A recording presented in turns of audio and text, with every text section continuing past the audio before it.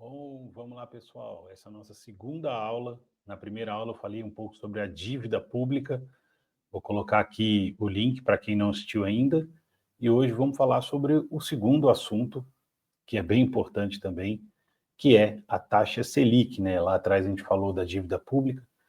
E a taxa Selic é uma das taxas que controlam ali os valores da dívida pública. Tem mais alguns detalhezinhos, né? Mas isso a gente vai falar na terceira aula, pode ficar tranquilo, que você vai entender tudo depois dessas aulas aqui. Então vamos lá para um resumo básico da taxa Selic, né? Ela é a taxa básica de juros da economia e ela é e o objetivo dela, né? Ela é definida ali pelo Copom para manter a inflação dentro da meta estabelecida pelo CMN, né? O CMN ele é formado pelo ministro da Fazenda, ministro do Planejamento e o presidente do Banco Central. Eles definem lá qual vai ser a meta do ano para a inflação. Hoje no Brasil é 3%, com 1,5% para cima e para baixo de espaço ali de flutuação da taxa, né? Então, o máximo seria 4,5%, o mínimo 1,5%. O que o Copom, né, que define essa taxa, o Copom é formado por 9 pessoas, são 8 diretores do Banco Central, indicados pelo governo, e o presidente, que quando é eleito, hoje tem mandato de 4 anos, né, são 2 anos do final de um governo e 2 anos do início do próximo. E no meio desse mandato do presidente da República, é trocado o presidente do Banco Central. Tá? Eles avaliam os dados da economia em geral, né? A gente tem aí a inflação, as contas públicas, aí entra a dívida, a atividade econômica do país, como PIB, desemprego, e o cenário externo mundial. Então, baseado nesses dados que eles têm, eles definem se a Selic tem que ser mantida, aumentada ou reduzida. Eles fazem uma reunião a cada 45 dias para definir a taxa, e uma semana depois soltam uma ata da reunião, onde eles explicam a decisão deles, né? Então, os 9 votam, né? Os 8, na verdade, votam, e se for unanimidade, o que é o mais comum de acontecer nessas decisões de taxa Selic, o mais comum é ter unanimidade, mas se não tiver, se tiver 4-4, o presidente dá o voto de Minerva ali para definir para onde que vai a taxa, ou se vai ficar na mesma posição, enfim, ele dá o voto final.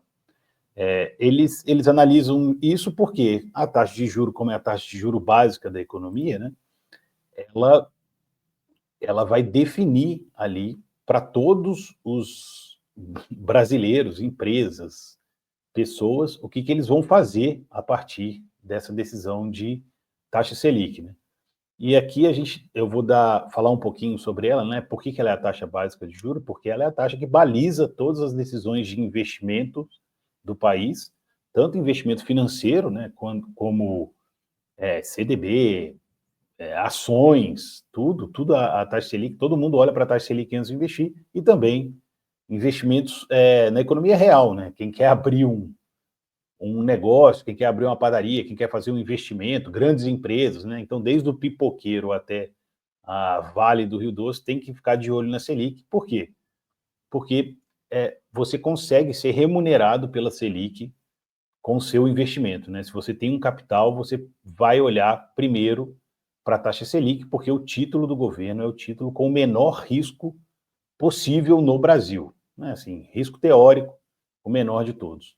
Então, se você tem, vamos supor, 100 mil reais e quer investir em alguma coisa, o que você vai querer? Para onde você vai olhar? Você vai olhar primeiro para a taxa Selic. Se a taxa Selic estiver por volta de 2%, como esteve aí durante a pandemia, e você puder fazer uma aplicação, um investimento, tanto economia física, né, economia real, como em investimentos, e esse retorno for maior do que 2, provavelmente você vai escolher esse outro investimento.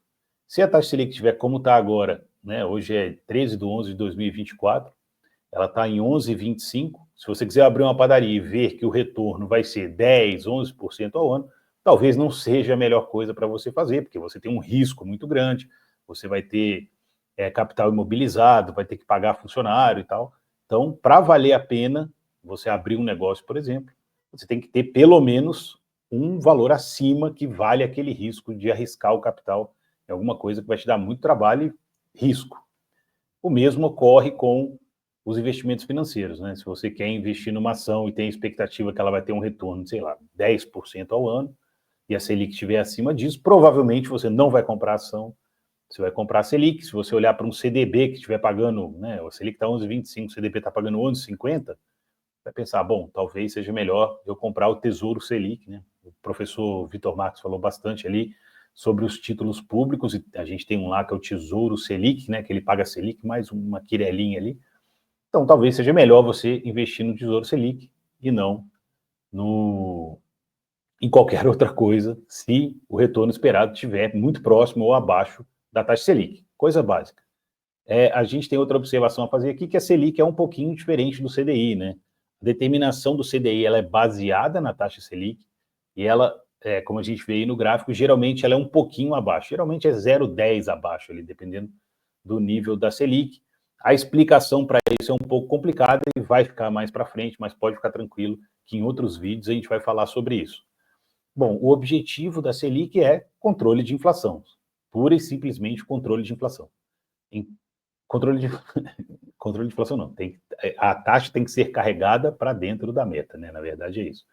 E o Bacen tem essa meta de inflação, que eu já falei, que é determinada pelo CVM ano a ano, e hoje ela está em 3%, com limites de 1,5% para cima e para baixo, como eu falei lá na introdução, e o Banco Central aumenta ou reduz a taxa Selic de acordo com o que ele espera da inflação, né?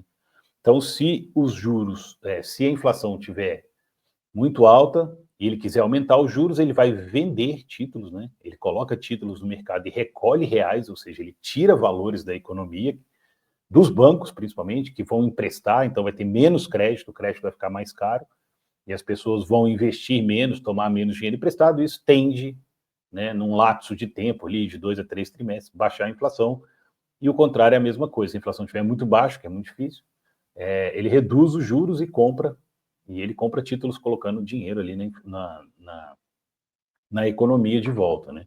Esse mecanismo também vou explicar melhor quando for explicar o CDI, que é o controle que o Banco Central faz junto com os bancos ali. Eu coloquei um gráfico aí só para você dar uma olhada mais ou menos como caminha, né, o IPCA ali na linha vermelha e a Selic na taxa azul, na linha azul, né? Então você vê quando a taxa, quando o IPCA começa a cair, o Banco Central pode começar a baixar os juros, e quando a inflação começa a subir, ele tem a tendência dele a aumentar os juros. A linha preta são os juros reais, que simplesmente é a taxa Selic, que é uma taxa nominal, menos o IPCA, que tem que dar ali o juro real da economia, tá? O juro real é o juro tirando a inflação.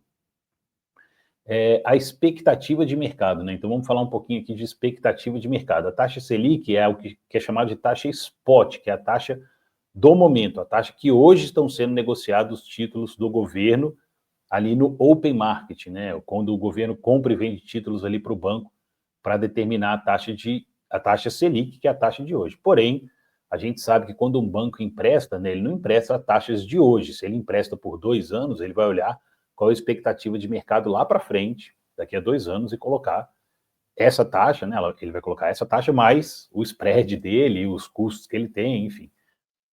Teoricamente, na nossa curva de juros, né, quanto mais longo o vencimento ou de um título ou de um empréstimo, maior vai ser essa taxa. Eu coloquei o gráfico aí lá da Ambima mostrando como estava aí em janeiro de 2009 a curva futura de juros, né? Então, a Selic deveria estar ali por volta de 6,5%, e quem pegasse um título com vencimento em 2029 ia estar ganhando 9,5% de juros. Então, a gente vê isso, né, e vê o que o Banco Central pensa em relação a isso. Ele olha a taxa de como está a taxa no mercado, que quanto mais alta tiver, maior expectativa de alta do mercado, provavelmente porque o mercado espera uma inflação maior. Então, o Banco Central vai ter que se mexer para olhar lá para frente e baixar essa inflação no futuro. Então, ele aumenta a taxa hoje para o reflexo dessa taxa hoje da Selic se dar lá na frente no IPCA.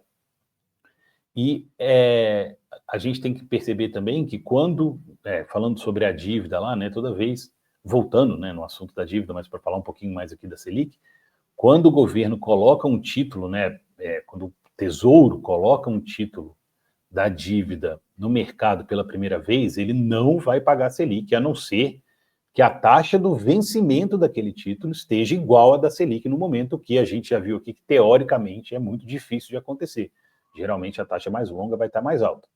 Isso é um problema grande para o governo, porque quando ele rola a dívida, lembra lá do outro vídeo, né? Quando ele paga uma dívida que está vencendo, gerando mais dívida para o futuro, ele vai ter que colocar a uma taxa ainda maior. Vai se refinanciar por um preço mais caro, tá certo? Vamos olhar então um pouquinho do mecanismo da economia, né? Principalmente de uma das partes lá que o Banco Central olha para determinar a Selic, ele fica de olho ali na política fiscal e no resultado fiscal do governo. Quando o governo gasta mais, ele tem déficit. Quando ele tem déficit, o Tesouro vai lá e emite mais dívida ou emite mais reais, né? Ele pode também emitir dinheiro, mas é como se fosse a mesma coisa. Então ele emite mais dívida, usa aquela dívida para pagar o que ele tem, e isso pressiona a inflação, né? Quando o governo gasta mais, tem mais dinheiro em circulação, e isso aumenta a inflação, principalmente quando ele emite reais. Quando ele emite reais, é quase automático aí que o IPCA vai subir, né? A inflação em geral sobe. Lembrando que o IPCA, a gente ainda vai falar sobre índices, o IPCA é um índice apenas, né? A inflação é o aumento generalizado dos preços de uma economia, captado pelo IPCA, mas tem também o IGP, o IPC, tem vários tipos de índice aí que captam diferentes aumentos ou dão pesos diferentes para diferentes setores. Então, o Banco Central fica de olho nisso, de olho na inflação e no que pode estar gerando a inflação, né? Porque a gente pode ter uma inflação de oferta, por exemplo, teve uma geada muito grande e a safra ficou comprometida, isso vai aumentar o preço temporariamente, então o Banco Central olha e fala, putz, esse é um aumento aqui provavelmente temporário, a próxima safra já conserta, então a pressão inflacionária não é perene, né? Ela é uma inflação muito pontual. Se for uma inflação mais perene, né, de aumento de gasto do governo, aumento de dívida, aí sim ele vai combater isso com o aumento da taxa Selic. Além disso, ele olha, né, a gente viu lá no mercado exterior, ele tem que olhar bastante para o dólar, porque o dólar pode ser uma causa externa de aumento de inflação, né? Se o dólar estivesse valorizando lá fora, né, ou se a gente estiver perdendo muitos dólares aqui, igual a gente está nesse momento, né, 13 de novembro de 2024, tem muito dólar saindo, porque a taxa nos Estados Unidos está muito atrativa, o mercado lá está mais atrativo, os estrangeiros pegam os valores que estão aqui, levam para lá, aqui está com muita incerteza, está com dívida muito alta, inflação muito alta, e quando eles tiram isso daqui, a nossa moeda se desvaloriza, né? E quanto mais a nossa moeda se desvaloriza, mais as nossas importações se encarecem, então tudo que a gente importa fica mais caro, e isso reflete na inflação. Pode ser uma alta passageira, o Banco Central olha isso também, mas se não for, se for uma tendência, ele também tem que tomar alguns cuidados ali. Chegamos ao fim aqui dessa aula, coisa bem rápida, para todo mundo que assistir conseguir ter uma noção agora, né? Quando lê taxa Selic, vai entender melhor o que está lendo, do que está se falando ali, porque agora, né, vamos entrar nessa discussão mais para frente de por que o Banco Central age dessa forma, por que ele aumenta tanto a taxa de juros, por que ele abaixa tanto a taxa de juros, quais são os problemas que o Brasil enfrenta, enfim. Fica ligado aí que toda semana vai ter vídeo sobre esse tipo de conteúdo, um pouquinho mais longo do que a gente faz ali na resenha. Siga nossas redes sociais, por favor, ajuda muito. Ou a minha ali, César Casolari, ou a da Amaralto Capital, ou do professor Vitor Marques, que tem sempre conteúdo, tá certo? Muito obrigado, até o próximo vídeo. O professor vai postar um vídeo também falando sobre planejamento financeiro, muito interessante. Grande abraço, até mais.